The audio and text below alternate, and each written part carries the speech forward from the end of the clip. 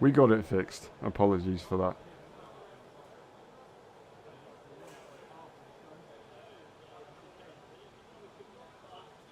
Got more viewers than usual though, so maybe it's a plan.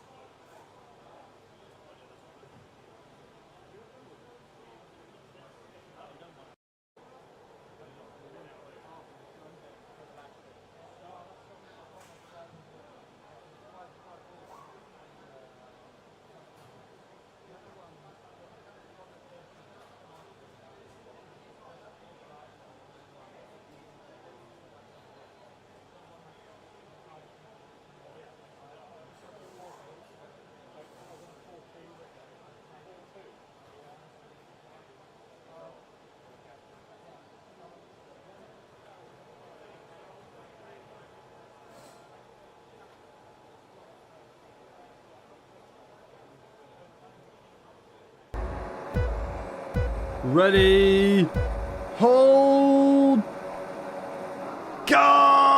Who's going to get it into turn one? We're away. It's a brilliant, brilliant start from Terence, but the inside line is there for Patrick. As we saw yesterday, it's a repeat. It's going to be the Sauber on the inside line as they try and come through. Yellowegg not able to compete as Elwain will get in front, but they've got the inside line, but not necessarily the move just yet. They once again return to the inside line, and Yellowegg is going to have to back out eventually. There you go.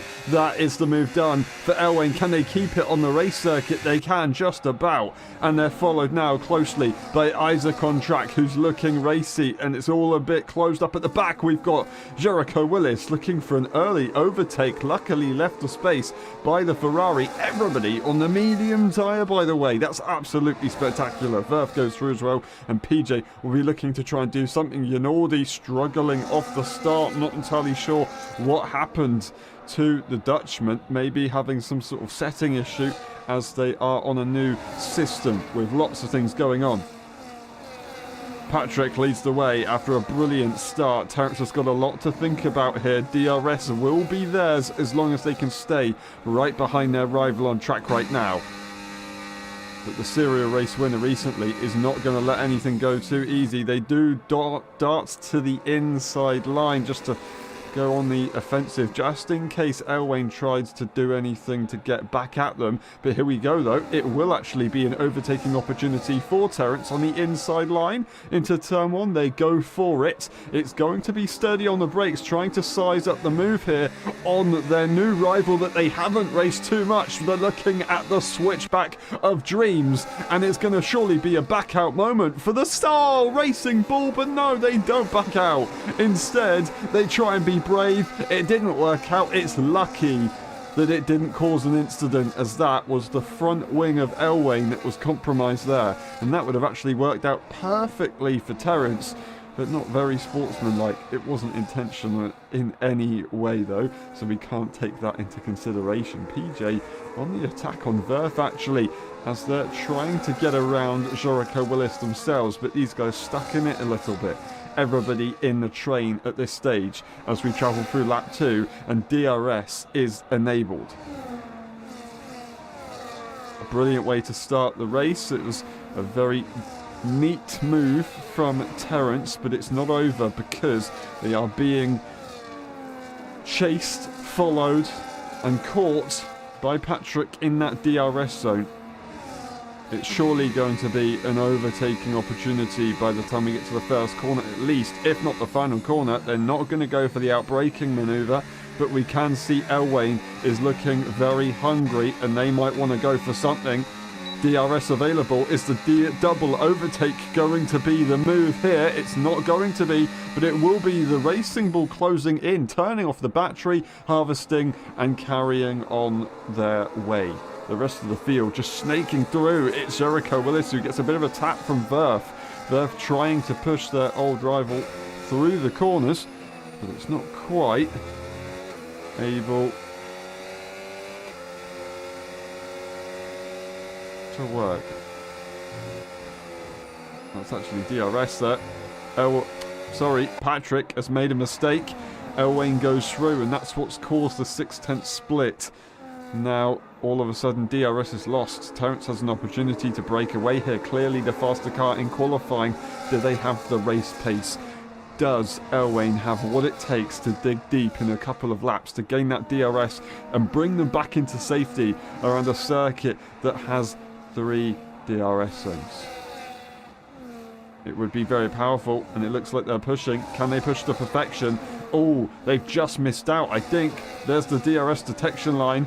Is it going to be enough? Have I miscalculated where the detection line is? I have, and it is a perfect moment for Elwain. They bring themselves back into it, and they actually almost leave Patrick in the dust. DRS will be available for the Racing Bull. I'm not sure if it's available for Yellowek, as it's going to be Jericho Willis down the order. Contact was made on the inside line, and the McLaren is left questioning what just happened. Side by side, Isaac on track has the inside line over PJ. It's going to be Yellowek involved, and the double overtake, or the defensive overtake I should say, is going to be pulled off. Isaac on track, P4. Yellowek can't do anything about it. And now 2.4 seconds splits these cars, and the top 3, they're running away with it, although Patrick has got a bit of work to do to maintain that DRS zone. They can do something about it. I don't believe it! I do not believe it!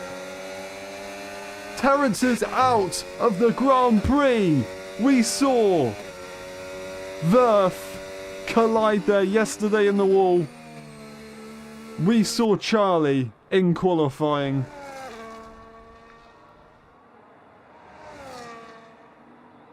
And now we see who was the race leader and the championship contender out of the Saudi Arabian Grand Prix on lap 4. Elwain is unleashed from DRS troubles with clean air, and they stare at 20 points. But Patrick is looking strong. They've just got that DRS range back, and that is very critical for their race. And right now, Terence's best friend is Patrick. Verf looks to try and come through as Yellowek and Isaac on track follow each other with fierceness. And it is going to be the move to the inside as Verf looks for almost a double overtake, but Isaac on track spots the opportunity. They're trying to be cautious about racing with the current tier drivers, and they just have to be very tentative in where they go for moves, but it does really create a problem because you can get re-overtaken very easily. Did not realise that Isaac on track is running with some loss of front wing right there, so their race is going to be compromised. We'll see if they can still stay in this battle all the way to the end. Elwain's found another 5/10 in the early lap, but later on it seems that Patrick does have the advantage through the middle and third sector.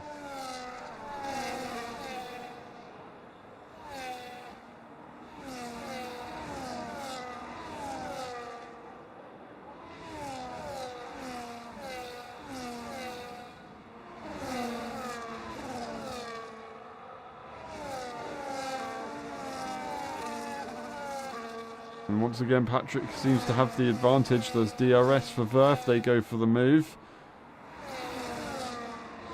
And now they're going to try and go for the re-overtake. It would not be smart to do it. PJ tries to look for the inside line on Isaac on track, and they're going to have it. There's a big bit of oversteer from the Haas car, but the Mercedes will now have the momentum because of that loss of traction.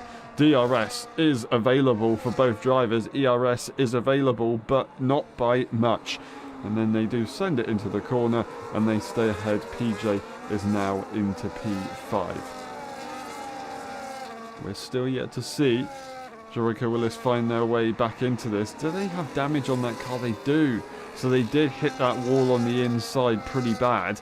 That's what's really causing them some trouble. So they've got a long race ahead of them, but they're not too far away. It's not over yet. Now what we just witnessed a few laps ago, absolutely monumental in this championship battle. but we've still got 20 laps to remain of this race. And anything can happen. We've seen it a few seasons ago. Championship contender also DNF'd around this circuit. It swayed the title fight completely.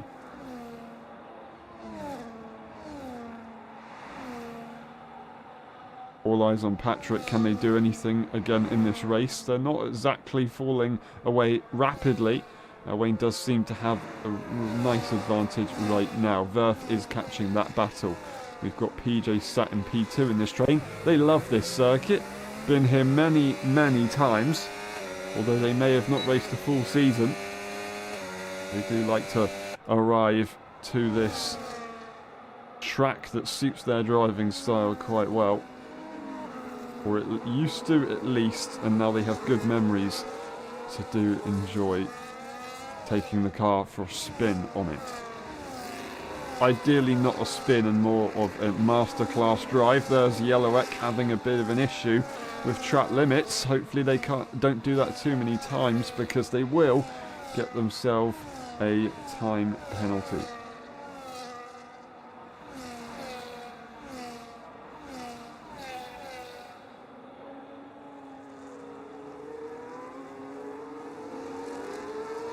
Top three very much running away with it right now. What can they do? Yellow at 2.9 seconds away from Verf. That's about 4 or 5 seconds from Elwayne at this stage. And they do have PJ, who's going to be looking strong with a lot of battery.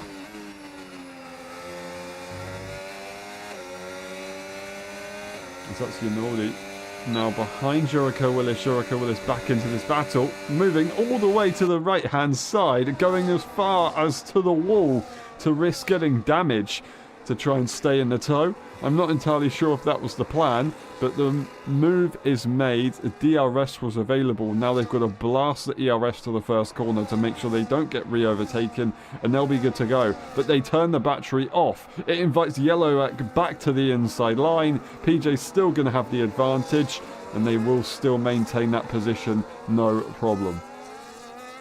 That's a 3 second for Yanaldi as they corner cut. And they're trying to do what they can here. It's Jericho Willis who makes the move now on Cravato.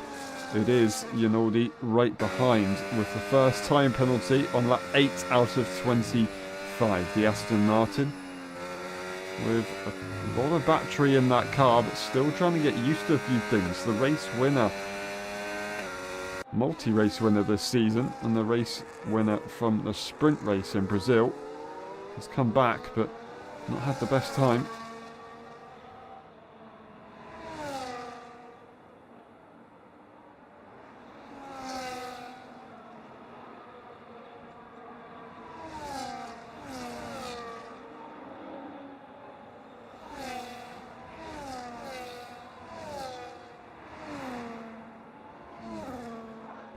We're later on into this stint, and Patrick has found some pace. Looking like they're clawing their way back into this one. What's going on? Can we figure out the situation here? Both drivers pushing on the battery, but no obvious reason as to why this is happening, other than potential just tyre wear. Later on into the stint, they're having a better time, and that's into the pit lane. Cravato very early into the pit lane compared to most. But not exactly impossible to make this work. A very valid strategy. And the hard tyres will take them.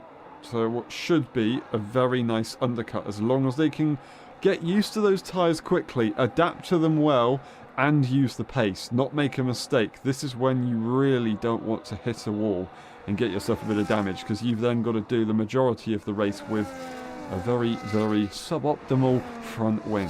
DRS is going to be available now for Verf, and they'll be looking to try and make the race as a higher tier driver a bit further up the order. English did not quite make sense there, but I was going for something. Verth, as a higher tier driver, scores a different point system to the current tier drivers. They're currently P3. But as for the rest of the field, with the higher tier drivers being Verth, PJ and Jericho Willis, that puts Yellowek into P3.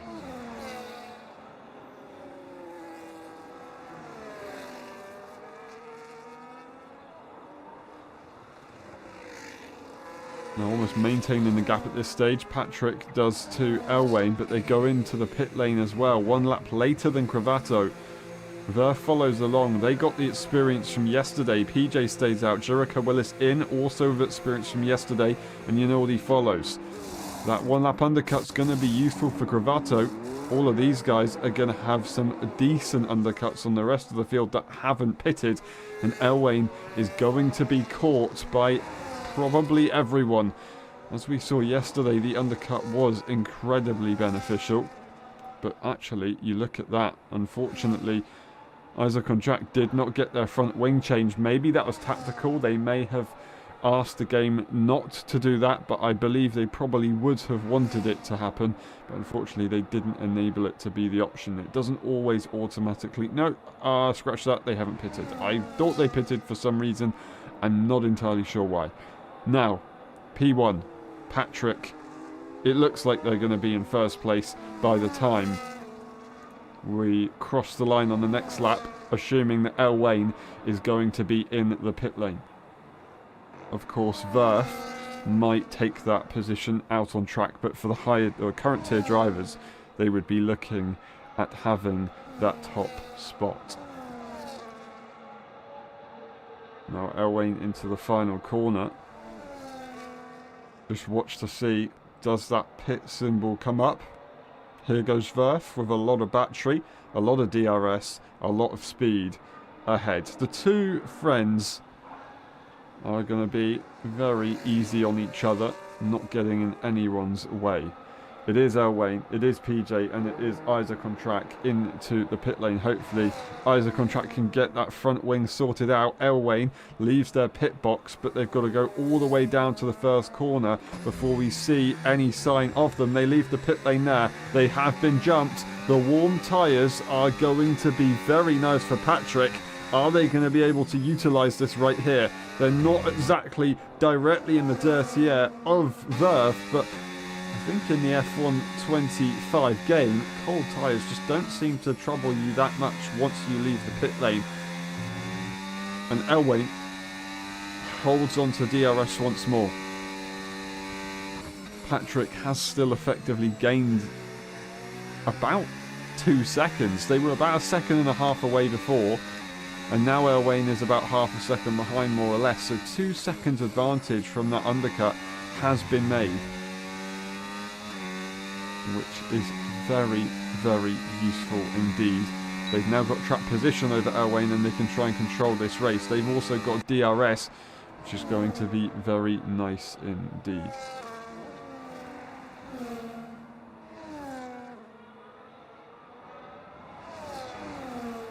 Elwain, however, not looking to waste any time. They are hungry. They're getting close. They're showing that they know what they want, and that's P1. DRS available once more. They look to the left-hand side. The space is left. ERS is minimal. There's a purple final sector showing how hard they're pushing, trying to be brave on the brakes, both drivers. The switchback is called upon for Elwain. The traction is there. The drag race to turn 4 is going to be called. It's going to be tight. It's going to be the Red Bull in front. But did they leave the circuit? Did they leave the circuit? Oh, and Patrick, I don't believe it. I do not believe what I've just seen. Elwain tries to return the position after overtaking off the circuit, but slams the brakes on directly in front of Patrick. And there's damage on the Racing Bull. Would you ever expect to see that happen?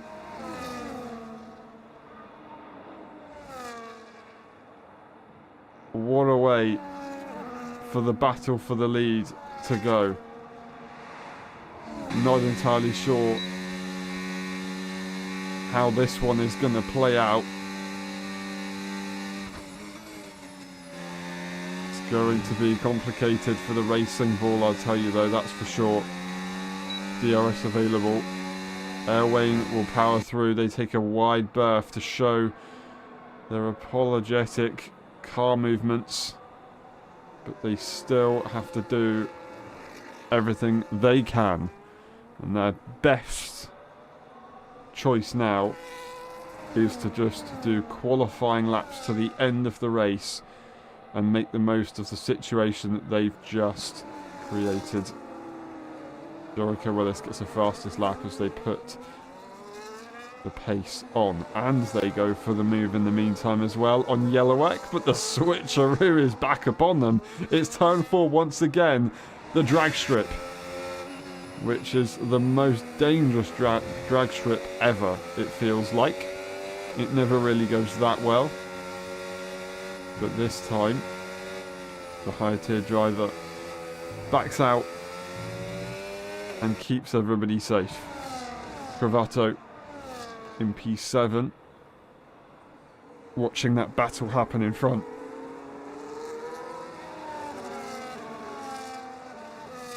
Did we get a front wing change from Isaac on track? That would explain why they are 5 seconds behind.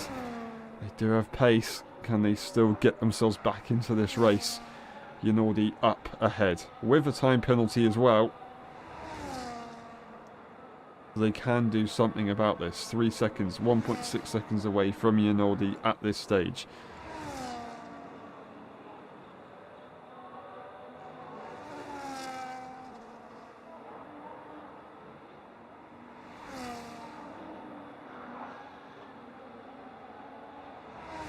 DJ has made that move on Patrick.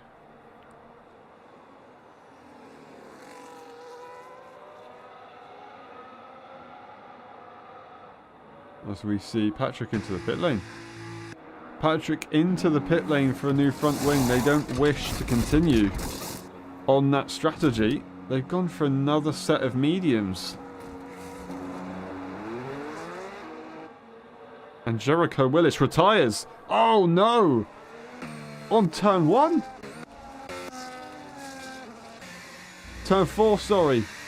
Another one bites the dust. Another crash that involves turn 4. We saw Verf out a few years ago, and this time the DNF brings out the safety car. And what bad timing. Patrick has just journeyed their way into the pit lane to get a new front wing. They've lost all of the ground that they had gained from their qualifying performance, and they now find themselves having to figure out what to do with the strategy once more. Front wing problems solved, overtaking struggles, now the new part of the story.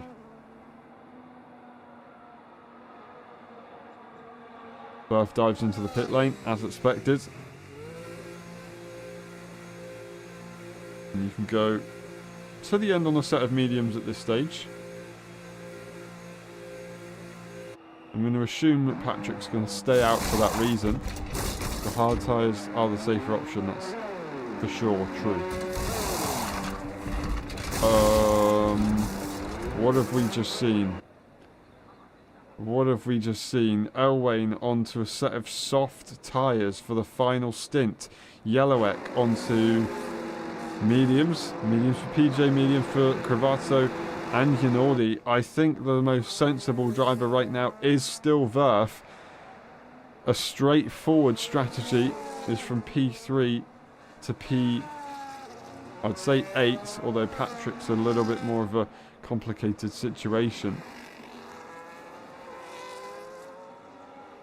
But Elwain, I'm not entirely sure what we're looking at here. But I think what looked like a DNF from a championship rival and teammate has turned into a race that may not be utilised. We're on lap 15 out of 25. And we don't see a traditional tyre for Elwain, the championship leader, at this stage of the Grand Prix. Verf, the higher tier driver, leads the way. The other higher tier driver, PJ in P3. The other higher tier driver, Jericho Willis, out of this race. And currently that puts Elwain in P1 for the current tier drivers. It puts Yellowek in P2, then Cravato, Yanoldi, Patrick and Isaac on track. Everybody up to the field and ready to go racing at the earliest moment. We will go racing once more on lap 17 out of 25.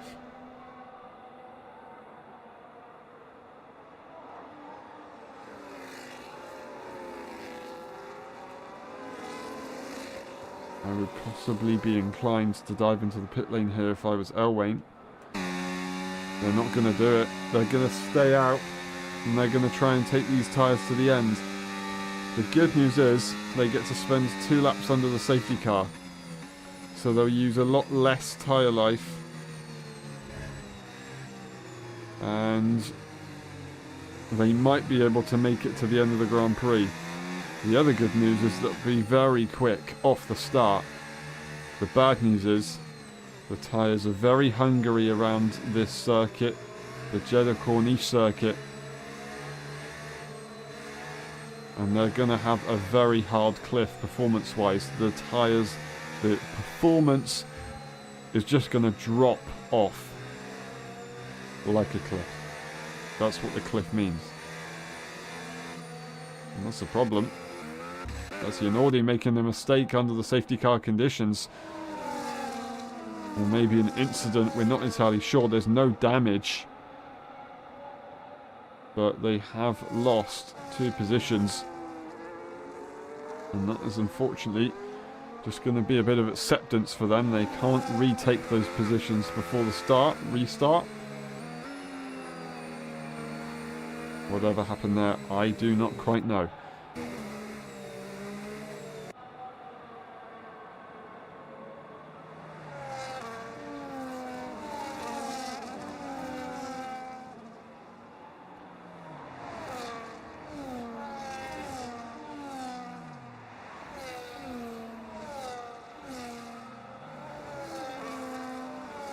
And we wait for the call for the safety car restart. There it is. Fairly late on. Verf leads the way. Elwain to react. Soft tyres versus hard, and it's going to be a time penalty to Yellowek. Is there damage on that Sauber car? I'm not entirely sure that will be a legit penalty. It would be just a bit frustrating. Verf. The safety car is in. We can go racing at any point right now.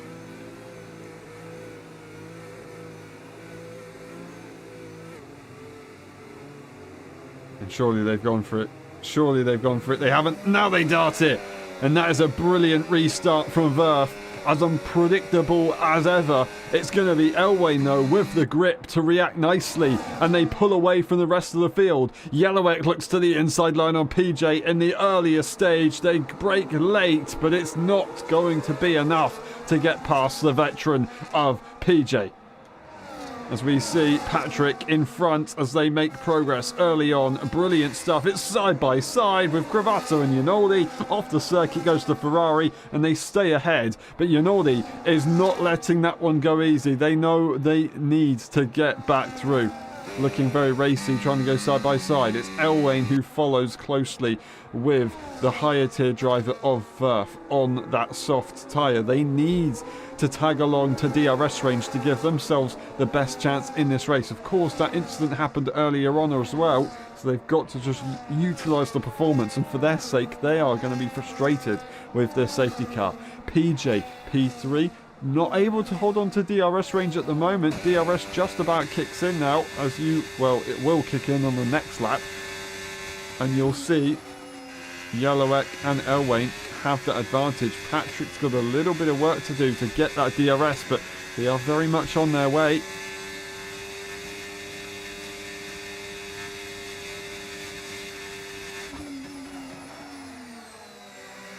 Braking late into the final corner, still getting those tyres warmed up. That's what you could hear from the little bit of tyre scrubbing. PJ does not have the DRS, as it's still not available. 1.1 seconds PJ has to the cars in front, so they've got to do a bit more in order to get there. Patrick has got about a tenth to gain in a few laps time. There's a yellow for a second there. Not entirely sure what we were looking at, but I think it's just a graphical bug, as that is Yanodi going very, very wide, trying to chase down the Ferrari car. Not quite able to get through.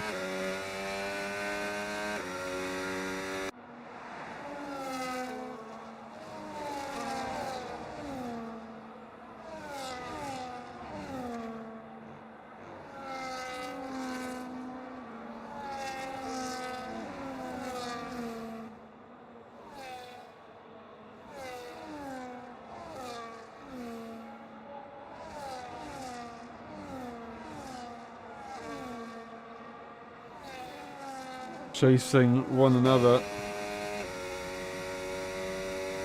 Wayne does exactly what he needs to do in this race. Very effective. It almost worked for him last time around in Mexico. Not quite.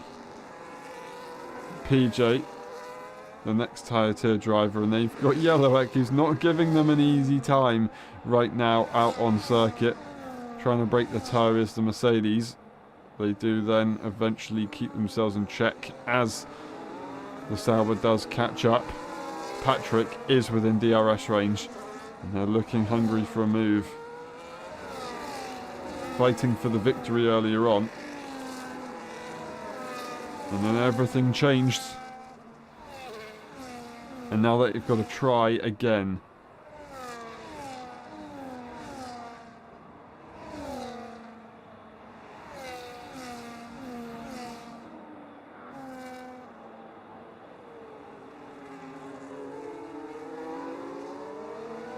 Lap 19 out of 25. This tyre situation is looking very bleak for Elwain. They're maximising the situation, and I think it may have just about been maximised. By the time we get to lap 20, 21 even, the tyres will be done, gaining everything they can on DRS. But the Williams will break away.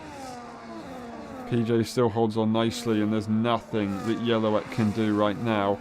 It's really making it difficult for Patrick to do anything on the double DRS. Wayne, the final dose of DRS, what is what I expect. Actually, there isn't. They didn't manage to get it, and that will be it. Verf is going to now check out. The soft tyres are dying, and just watch. We will witness this red wall compound tyre obliterate itself on track. Potentially not a puncture, but the pace. 2.5 seconds. Watch it fall.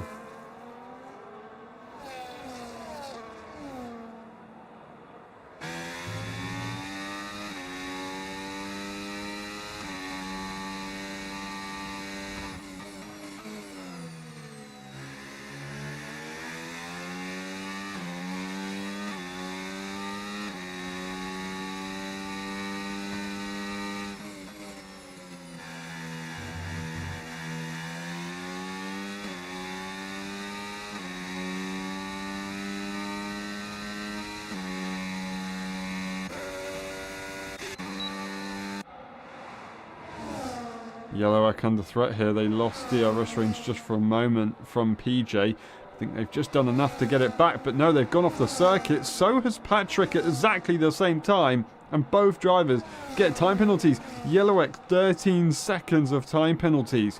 What is going on? Well, I'll tell you what is going on. Patrick is diving it to the inside line. Dive bomb of dreams. It was not quite there, but they get a second opportunity and a much safer invitation to the outside line. No DRS for the Sauber. There is the Racing Bull charging through.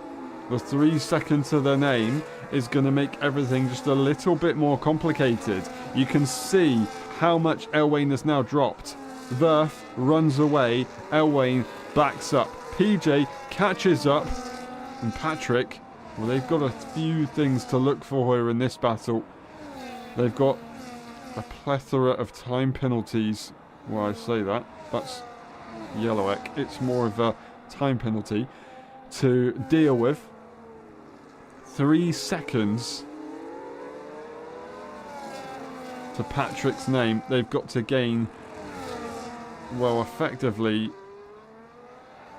4 and a bit seconds on Elwain and overtake in order to win this race in about 4 laps. You know what? If everything goes absolutely perfect, that's not impossible.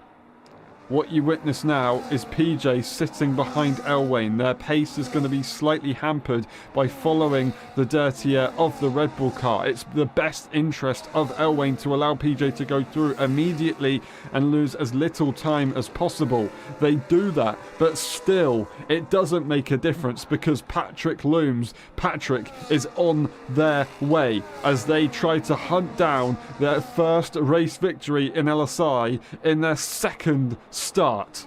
Not many can say that. What an achievement it would be. Lap 22 out of 25. The heart is racing. The stakes have risen.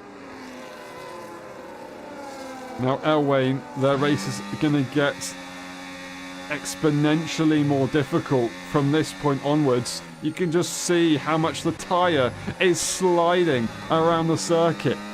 Patrick's not even going to have it easy. We're looking at the medium tyre here. And we were seeing drivers pit on lap 9, 10 and 11. So how the hell is the Red Bull feeling? And how the hell are they going to hold on to the final lap? Well, here we go. A full front wing this time. And yes, they do have a 3-second time penalty to figure out. DRS is available for both drivers, but the momentum surely lies with the Racing Bull. The final corner is up next. Heavy on the brakes, no ERS available for the Red Bull, but Patrick stops. Patrick stops. The momentum has just been lost, and it wants to be gained, saving a minuscule bit of battery. Elwain would have done. It's not going to be enough, and surely they'll swoop through. It's side by side on the brakes, and it's just going to be an easy move. And we once again see another situation here for Elwain of just allowing the car behind to go through. They can't afford to fight. It's the best decision they can make. Just allow, well, maybe not Patrick, but everybody else. Let them go through. Oh, and you might be all right, but no. There it is. The tyres are dead. We don't see a puncture. We see Isaac on track follow along. And they're going to have that inside line. The grip is gone. There's nothing that they can do. Oh, look at the body language of that car, losing it from corner to corner. Elwain is just watching this race fall apart hopelessly. Patrick now leads the way ahead of their fellow current tier driver with no DRS to give them. And Elwain tries everything they can to stay in this race, but no, it's just not going to happen. The tyres are too done. The question is, do they stay out and try and stay within Yellowek's time penalty range? Or do they go into the pit lane to finish this race safely? Well, they would just lose their positions to Yanoldi and Gravato. They have to stay out. They go across to look at the pit lane, but they don't. Instead, they've just got themselves a track limit for that. For whatever reason, I don't know. But they stay out. They've got to just keep it careful. And they can still score good points. But as you can see right now, on your screen, this man is running away with a victory. Gravato gets a 3-second time penalty. Isaac on track. So, very much looking at something here. If they can just find that bit of extra performance, maybe one lap tyre advantage of performance, they could win their first LSI Grand Prix as well. But a story of the ages for Patrick. Qualifying on the front row, going against the Titans. Looking like they're on the back foot, finding the pace later on. Being involved in controversy that was not their fault. With a safety car later on that has screwed them over. And they chase the higher tier driver of PJ to the final corner to start the penultimate lap, and they're not giving up.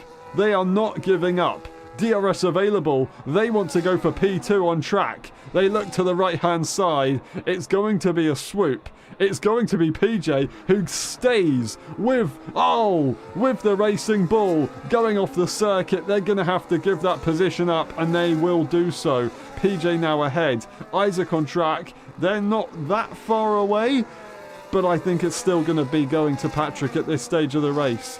What a race. Isaac on track gets a 3-second time penalty. It doesn't matter in the end. And we're just going to watch on board and see what these tyres are looking like, because right now Elwain is having absolute nightmare. But still, considering the time penalty situation, if they can keep it on track, they'll give themselves the best chance at scoring the most points possible. Patrick P1, Yellowek and Isaac on track ahead. Isaac on track with a 3-second time penalty, so they will not be able to stay with the Haas car. But Yellowek with that 13-second time penalty when we last checked in, they will be looking at getting a P3 here, as long as they don't get overtaken severely by Yanodi or get a puncture.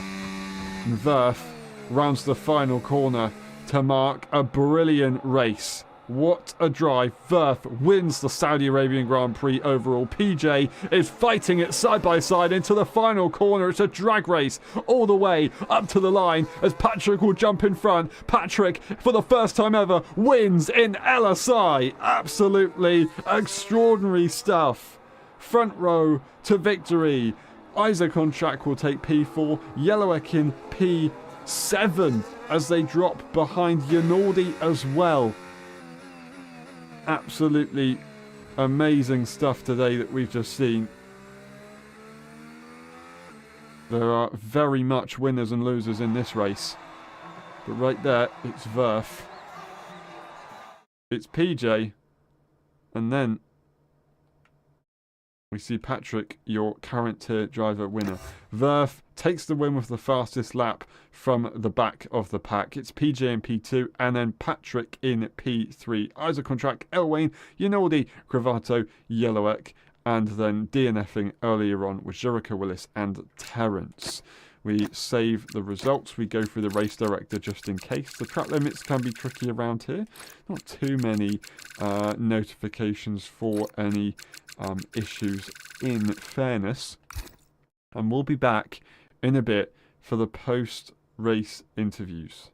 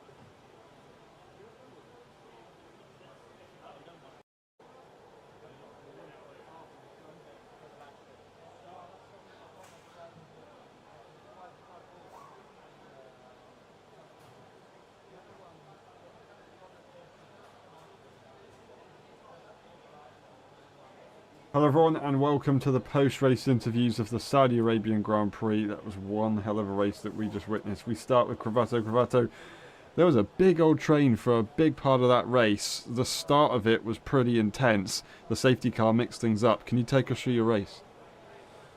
Yes, it was fine until that point. But at the safety car restart, I was caught in the middle of the corner and lost a lot of time. And after that, when I lost the DRS, I couldn't get back in.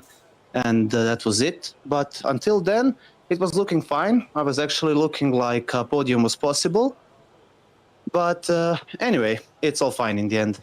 Yeah, well, looking at it, with the higher tier drivers involved, 2 positions to be promoted, that would be a P5 finish. Yellowek is questioning a time penalty, so P5 or P6, you'll get extra points from that. It's a pretty good drive to even stay in the race around Saudi Arabia, so I think you should be proud of that one. So well done, thank you very much, and I think we'll just call it there. Thank you very much, and we'll see you next time. Well done. Thank you. See you next time. And we move on to Yellowek. Yellowek, what a race. It did not stop all the way to the end. You were in battles, defending and attacking. Once again, a brilliant qualifying, although the fuel situation didn't quite look great. I'm going to let you just explain the rest of it. Yeah, my quali wasn't. I mean, I don't want to glaze myself, but in my practice, I was doing like 27.3 easily, and yeah, the time I did was quite a big shame because I didn't. On my first out lap, I just drove into the wall for some other reason. And yeah, because of it, I didn't have as much time as I thought I would have because I had to box. And then on my second push lap, I invalidated first lap time. So I thought that okay, I will do one more warm up lap, and then I will do another push, and I will have time for everything. But on my in lap, I didn't have fuel to get into the pit, so I was going crazy slow and I didn't have time to finish my last time. So quali was not good. On the race start, I forgot to choose how much fuel I wanna take, so my car was a bit too heavy. Yeah, Erwin overtook me on the first lap. That was, oh my god, so nice move from him. Like the battle was really amazing and pretty clean. And yeah, later it was my pace on the first stint was terrible. On the second, it was actually pretty good. I think I pitted last, so I had the freshest tires. But after the safety car came at the best possible moment for me. The amount of luck I had in this race was crazy. And after it, I pitted for mediums. I was so surprised that Elwin chose softs. But anyway, my pace was pretty good on those mediums. On the race restart, I nearly cut the guy in front of me. Forgot who was that. Yeah, my pace was really strong, and then I decided to go off the track and get 3-second time penalty. So it is what it is. And under safety car I got 10 seconds, but I think it can be removed. It was really little touch into PJ, so yeah, I think that could be easily win if not my mistakes. Yeah, well, I'll tell you what. If you said that to yourself at the beginning of the season, that you could have easily won the race if you didn't make a few mistakes, then I think you'd be pretty happy with that, right? I think you've done a very good job sure. today. I think you've done a very good job today. Look at the improvement curve that you have put in, you and Cravato as well. It's been absolutely awesome. Thank you very much. Thank you. Thank you very much. Well done. We'll see you in 2 weeks after the break. And I hope you have a very good race in, I think, Austria. We come back. Thank you, Yellowek. And that has been it for the post-race interviews. Thank you very much for watching. It's been a pleasure. We will see you in 2 weeks' time for the Austrian Grand Prix. Don't miss it. That's a good one. We'll see you in a bit. Bye-bye.